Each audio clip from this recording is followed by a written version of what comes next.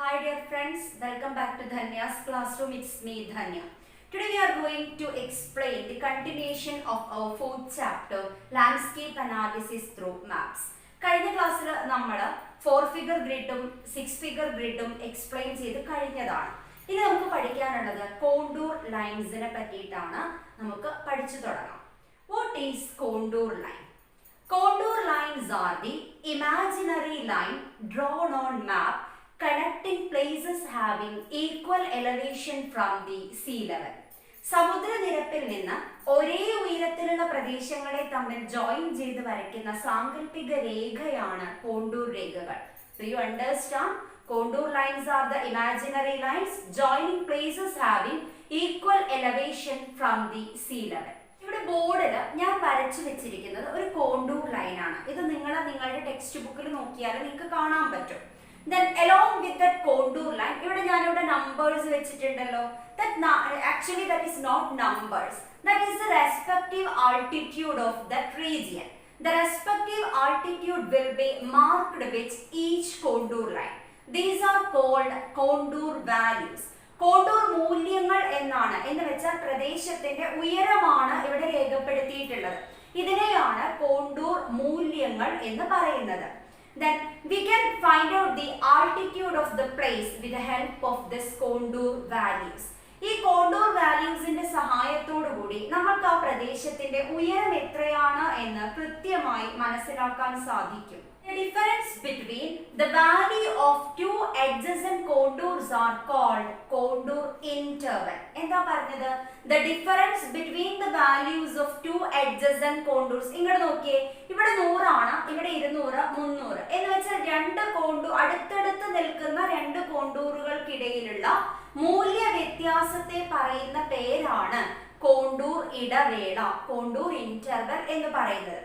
Here, what is the contour interval based on this figure? Then based on this figure, contour interval that is 100 meter. 100-200 വ്യത്യാസം നിങ്ങൾക്ക് അറിയില്ലേ? Then that is 100 meter. One extra reading topic is there, that is contour interval. The contour interval of topo sheet in 1:50,000 scale is generally 20 meter. 1:50,000 തോതിലുള്ള ധരാതലീയ ഭൂപടത്തിൽ സാധാരണയായിട്ടുള്ള contour ഇടവേള എന്ന് പറയുന്നത് 20 metre ആണ്. By analyzing the values of contour, the altitude of places represented in the map can be found out. ഈ contour മൂല്യത്തിൽ നിന്ന് നമുക്ക് ആ പ്രദേശത്തിന്റെ ഉയരം കണ്ടെത്താൻ സാധിക്കും. To understand the relief of elevated landform, contour with 100 meter interval are used. ഉയർന്ന ഭൂപ്രദേശങ്ങളുടെ സ്ഥലാകൃതി മനസ്സിലാക്കാൻ വേണ്ടിയിട്ട് സാധാരണയായി 100 മീറ്റർ ഇടവേളകളുള്ള കോണ്ടൂർ രേഖകളെയാണ് ഉപയോഗിക്കുന്നത്. The contours are closely spaced at certain places. It shows steep slopes. അങ്ങനെ പറഞ്ഞാൽ എന്താ? The contours are closely spaced. ചില പ്രദേശങ്ങളിൽ കോണ്ടൂറുകൾ വളരെ അടുത്തടുത്തായി കാണപ്പെടുന്നു. അങ്ങനെ വന്നു കഴിഞ്ഞാൽ the region, അത് എങ്ങനെയുള്ള പ്രദേശമാണ്? The places that shows steep slopes, അത് കുത്തനെയുള്ള പ്രദേശമായിരിക്കും. എന്നാലോ ചില സന്ദർഭങ്ങളിൽ contours are widely spaced. Then the widely spaced contours represent gentle slope. Then widely spaced contours are shows the gentle slope. ചെറിയ ചെരുവിനെ ആയിരിക്കും വിശാലമായി കിടക്കുന്ന കോണ്ടൂർസ് ആണെങ്കിൽ സൂചിപ്പിക്കുന്നത്. Our topic that is assessing the topography directly from the contour. Contour രേഖകളിൽ നിന്ന് നേരിട്ട് എങ്ങനെയാണ് ഒരു സ്ഥലത്തിൻ്റെ ആകൃതി കണ്ടെത്തുക? ഇപ്പം നിങ്ങൾ ഗൈഡ്സിനും സ്കൗട്ടിലും ഒക്കെ ഒരു പക്ഷേ നിങ്ങൾ പഠിച്ചിട്ടുണ്ടായിരിക്കും കോണ്ടൂർ രേഖ. എന്നാൽ ഒരു കുട്ടിക്ക് ഒരു കോണ്ടൂർ കിട്ടിക്കഴിഞ്ഞാൽ എങ്ങനെയാണ് ആ ഹില്ലിൻ്റെ ഷേപ്പ് കണ്ടെത്തുക എന്ന് നമുക്ക് നോക്കാം. ആദ്യം നമ്മളോട് പറയണത് please observe the figure 4.15. One paper strip is used in that contour. അതിൽ ഒരു പേപ്പർ സ്ട്രിപ്പ് ആ കോണ്ടൂറിൻ്റെ നടുവിൽ വെച്ചിട്ടുള്ളതും then mark A and B in the either side of the paper strip എന്ന് കാണുന്നു. എന്നിട്ട് അതിൽ കാണുന്ന പോലെ തന്നെ 100, 200 ആസ് ലൈക്ക് എത്രയാണോ കോണ്ടൂറിൽ തന്നിരിക്കുന്ന വാല്യൂ ആ വാല്യൂ രേഖപ്പെടുത്താം. Then after the transfer these contour value on to X axis of graph paper, choose a convenient scale and mark the contour value on Y axis. ഒരു ഗ്രാഫ് പേപ്പറിൽ X ആക്സിസും Y ആക്സിസും വരച്ചിട്ട് അതിലേക്ക് ഈ contour മൂല്യങ്ങൾ അടയാളപ്പെടുത്താം. Then please observe the figure 4.16. After that, draw vertical line from the point of contour value on x-axis. Intersect this vertical line against the corresponding value in y-axis and mark the intersecting point. ചിത്രത്തിൽ കാണുന്ന പോലെ തന്നെ X ആക്സിസിൽ അടയാളപ്പെടുത്തിയ contour രേഖകളുടെ സ്ഥാനത്ത് നിന്ന് മുകളിലേക്ക് നേർത്ത രേഖകൾ താഴേന്ന് മുകളിലേക്ക് വരയ്ക്കുകയാണ്. ഈ രേഖകൾ വൈ അക്ഷങ്ങളിലെ അതേ മൂല്യങ്ങൾക്ക് നേരെ വരുന്ന ഭാഗത്ത് അടയാളപ്പെടുത്തുക. Then after that shade the area using A pencil. Thus we get the shape of the landform respected by the contour line. ഒടുക്കൻ രേഖകൾ നിങ്ങൾ പെൻസിൽ വെച്ച് വരച്ച് കഴിഞ്ഞാൽ നിങ്ങൾക്ക് ആ കോണ്ടൂർ രേഖ പ്രതിനിധാനം ചെയ്യുന്ന ഭൂരൂപത്തിൻ്റെ ആകൃതി ലഭിക്കും. One more method is there in your text book. ഇതൊക്കെ കൂടി കണ്ടിട്ട് ഈ ടീച്ചർ എന്താ ഈ പറയുന്നത് എന്നുള്ളത് നിങ്ങൾക്ക് ടെൻഷൻ വേണ്ട. നിങ്ങൾ കരുതുന്നുണ്ടാവും contour this is one of the very difficult topic എന്ന്. No, actually this is very easy topic. ഞാൻ വളരെ ഈസി ആയിട്ട് നിങ്ങൾക്ക് ഇതെങ്ങനെയാണ് വരയ്ക്കുന്നത് എന്ന് കാണിക്കാം. You just read the page number 63 and 64 properly. നിങ്ങൾ 63ഉം 64ഉം പേജസ് ടെക്സ്റ്റ് ബുക്കിലെ ആ 2 മെത്തേഡ്സ് നന്നായിട്ട് വായിക്കുക. നിങ്ങൾ അതുപോലൊന്നും ചെയ്യണ്ട, എങ്ങനെയാണ് ഇത് വരയ്ക്കുക എന്ന് കൃത്യമായി പഠിച്ചാൽ മാത്രം. ഞാനിവിടെ റഫായി ബോർഡിൽ വരച്ചിട്ടുണ്ട് ഒരു കോണ്ടൂർ. അതെങ്ങനെയാണ് ഒരു ഹില്ലിന്റെ ഷേപ്പ് നമ്മൾ ഉണ്ടാക്കുക എന്ന് നമുക്കൊന്ന് നോക്കാം. Please listen here. First we want to draw an X axis and Y axis. ഞാനിവിടെ എക്സ് ആക്സിസും വൈ ആക്സിസും വരച്ചിട്ടുണ്ട്. എന്നിട്ട് നമ്മൾ ചെയ്യേണ്ടത് മുകളിൽ കാണുന്നത് 100, 200, 300, 400, 500 അപ് ടു 600. ദെൻ അതിൽ നിങ്ങൾ ശ്രദ്ധിക്കേണ്ടത് ഒരു പക്ഷേ അത് ഇവിടെ ആയിരിക്കും തരാം, അല്ലെങ്കിൽ ഇവിടെ ആയിരിക്കും, അങ്ങനെ പല ഭാഗങ്ങളിലായിരിക്കും ഈ നമ്പേഴ്സ് തരുന്നുണ്ടാവാം. അപ്പൊ നിങ്ങൾ കൃത്യമായിട്ട് നമുക്കിത് ചെയ്യാൻ വേണ്ടിയിട്ട് എന്ത് ചെയ്യണം? അതിന്റെ കൃത്യമായ നടുവിലൂടെ ഒരു രേഖ വരച്ചിട്ട് അതിന്റെ രണ്ട് സൈഡിലും ചെയ്യാം. Then after that you just draw this x-axis and y-axis. Then mark 100, 200, 300, 400 as like that. എത്രയാണോ നിങ്ങൾക്ക് കോണ്ടൂർ രേഖയിൽ തന്നിരിക്കുന്നത് അത് അതുപോലെ നമ്മൾ വരച്ചിട്ടുള്ളതിൽ മാർക്ക് ചെയ്യാം. അപ്പൊ ഇതിൽ ഈക്വൽ ഡിസ്റ്റൻസ് ചെയ്യണമെന്നാണ് ഞാൻ റഫായിട്ടാണ് വരച്ചിട്ടുള്ളത്. Then after that നമ്മൾ ചെയ്യേണ്ടത് ഈ 100ൽ നിന്ന് ഇവിടെയുള്ള 100ലോട്ട് ജോയിൻ ചെയ്യിപ്പിക്കാൻ പോവാണ്. Then listen carefully. Then as like this. Then it reached near to 100. Then here also 100 is that. അതേ ലൈനിന്റെ എൻഡ് ആണത്. അപ്പൊ നമ്മൾ അവിടെയും 100ലേക്ക് ജോയിൻ ചെയ്യിപ്പിച്ചു. Then next 200. Then next നമ്മൾ 200ലോട്ട് ജോയിൻ ചെയ്യിപ്പിച്ചു. Here also 200. Then after that 300. Then here also 300. Okay. Then 400. Then here also 400. Then next 500.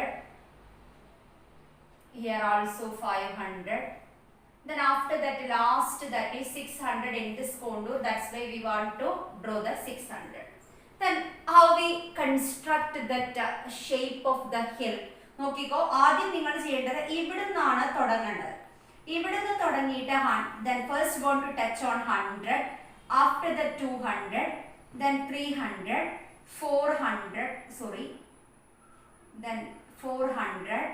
Then after that 500. Then 600. Then next want to touch on 300. Then 400. Sorry, 200. 100. Then this also want to reach us here. This is the shape of a hill. Do you understand? നിങ്ങൾ മനസ്സിലാക്കിയോ ഇത് എങ്ങനെയാണ് വരയ്ക്കുക എന്ന്? Next one of the 3 mark question waiting for you. What are the things can be assessed from the contour line? എന്തെല്ലാം കാര്യങ്ങളാണ് ഒരു contour ലൈനിൽ നിന്ന് നമുക്ക് മനസ്സിലാക്കാൻ സാധിക്കുക? First point altitude of the place. ഇവിടെ നമ്മൾ കണ്ടു ഉയരമാണ് സൂചിപ്പിച്ചിരിക്കുന്നത്. Then we realize that that is the altitude of the place. Then second point nature of the slope. എങ്ങനെയാണ് ചെരിവ്? കുത്തനെയുള്ള ചെരിവാണോ അല്ലെങ്കിൽ ഇങ്ങനെയാണോ നിൽക്കുന്നത്? Then nature of the slope എന്ന് പറഞ്ഞാൽ ചെരിവിന്റെ സ്വഭാവം. Then after the shape of the landform, ആ ഭൂരൂപം എങ്ങനെയുള്ളതാണ് എന്നും നമുക്ക് മനസ്സിലാക്കാൻ സാധിക്കുന്നത് from this contour line. Next our important topic, that is intervisibility. എന്താണ് നേർക്കാഴ്ച എന്ന് പറയുന്ന ടോപ്പിക് നമുക്ക് നോക്കാം. As a part of topographical map, interpretation there arises need to find out whether two places are intervisible. ധരാതലീയ ഭൂപടം വിശകലനം ചെയ്യുന്ന സമയത്ത് ഭൂപടത്തിലെ രണ്ട് പ്രദേശങ്ങൾ തമ്മിൽ പരസ്പരം ദൃശ്യമാണോ എന്ന് കണ്ടെത്തേണ്ടത് ആവശ്യമായിട്ട് വരും. This can be solved only by find out the relief as well as the slope of the region. ആ പ്രദേശത്തിന്റെ ആകൃതിയും ചരിവും മനസ്സിലാക്കിയാൽ മാത്രമേ നമുക്ക് ഈ ചോദ്യത്തിന് ഉത്തരം കണ്ടെത്താൻ സാധിക്കുന്നു. What is that question? Is that two places intervisible? രണ്ട് പ്രദേശങ്ങൾ intervisible ആണോ എന്ന് കണ്ടെത്തണമെങ്കിൽ want to find out the shape of that region. അത് നമ്മളെ സഹായിക്കുന്നതാണ് contour lines. If any two places are mutually visible, we can establish that these places are intervisible. രണ്ട് സ്ഥലങ്ങൾ തമ്മിൽ പരസ്പരം ദൃശ്യമാണെങ്കിൽ അവ തമ്മിൽ നേർക്കാഴ്ചയിലാണ് എന്ന് നമുക്ക് പറയാൻ പറ്റും. Intervisibility assessment is being applied for erecting electric posts, mobile tower, wireless transmission towers, etc. ഒരു പ്രധാനപ്പെട്ട 3 മാർക്കിന്റെ ചോദ്യമാണ്. Intervisibility നമ്മൾ ഉപയോഗിക്കേണ്ടി വരുന്ന ഘട്ടങ്ങൾ ഏതെല്ലാമാണ്?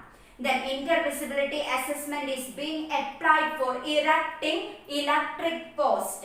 Electric പോസ്റ്റുകൾ സ്ഥാപിക്കുന്ന സമയത്ത്, അല്ലെങ്കിൽ മൊബൈൽ ടവേഴ്സ് സ്ഥാപിക്കുന്ന സമയത്ത്, അതുമല്ലെങ്കിൽ വയർലെസ് ട്രാൻസ്മിഷൻ സർവീസ്, ഇതൊക്കെ സ്ഥാപിക്കുന്ന സമയത്താണ് നമ്മൾ ഇന്റർവിസിബിലിറ്റി നേർക്കാഴ്ച ഉണ്ടോ എന്ന് ചെക്ക് ചെയ്യുന്നത്.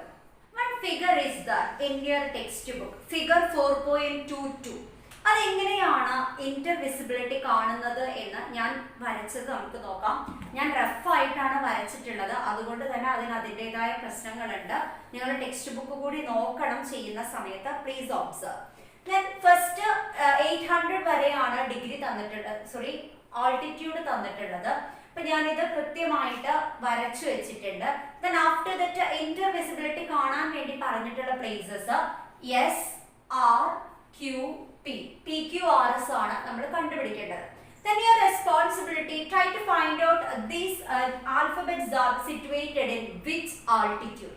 ഏത് ആൾട്ടിറ്റ്യൂഡിൽ ഏത് ഭാഗത്താണ് ഈ തന്നിരിക്കുന്ന ആൽഫബറ്റ് ഉള്ളത് എന്ന് നോക്കാം നമുക്ക്. First one, that is P. P that is situated 100ന് പുറത്തല്ലേ നിൽക്കുന്നത്. Then we can write here, ഇപ്പുറത്താണ്, അതുകൊണ്ട് നമുക്ക് P നെ ഇവിടെ എഴുതാം. Then after that, think about that S. S is inside of that 100, in between that 100 and 200. Then അപ്പോൾ നമ്മൾ നേരെ ഇവിടെയാണ് 100 വരുന്നത്, അപ്പോൾ ഇവിടെ S എന്ന് എഴുതി. Then next Q ആണ് കാണേണ്ടത്. Q that is in between 600 and 700. ഇവിടെ 600നും 700നും ഇടയിലാണ്, 600നും 700നും ഇടയിലാണ് Q. Then want to write like this. Then after that R is on the top of 600. R is on the top of 600. അപ്പോൾ നമ്മൾ ഇപ്പുറത്ത് R നെ ഇവിടെ 600ന്റെ മുകളിൽ എഴുതി. Then ഇതാണ് നിങ്ങൾ ആദ്യം കണ്ടുപിടിക്കേണ്ടത്. ഏത് ലൈനിന് മുകളിലാണ് ഈ തന്നിരിക്കുന്ന ഇന്റർവിസിബിലിറ്റി കാണാൻ വേണ്ടി തരുന്ന ആൽഫബറ്റ് എന്ന് നോക്കുക. Then ഇനി നമ്മൾ നോക്കേണ്ടത് ഈ P ഇപ്പുറത്ത് ഇങ്ങോട്ട് നോക്കിയാൽ Qനെ കാണൂലേ? Q ഇങ്ങോട്ട് നോക്കിയാലും കാണും. ഇത് എന്റെ ചിത്രപ്രകാരമാണ് കാണുന്നത്. എന്നാൽ നിങ്ങൾ ടെക്സ്റ്റ് ബുക്കിൽ നോക്കുന്ന സമയത്ത് ഇവിടെ ഒരു ചെറിയ വ്യത്യാസമുണ്ട്. അതുകൊണ്ട് തന്നെ Q താഴേക്ക് നോക്കിയാൽ ടെക്സ്റ്റ് ബുക്കിലെ ഫിഗർ പ്രകാരം that is not intervisible. Q and P there is no intervisibility. Then ഇപ്പുറത്ത് നിൽക്കുന്ന P ഇപ്പുറത്തുള്ള Q R നെ കാണോ?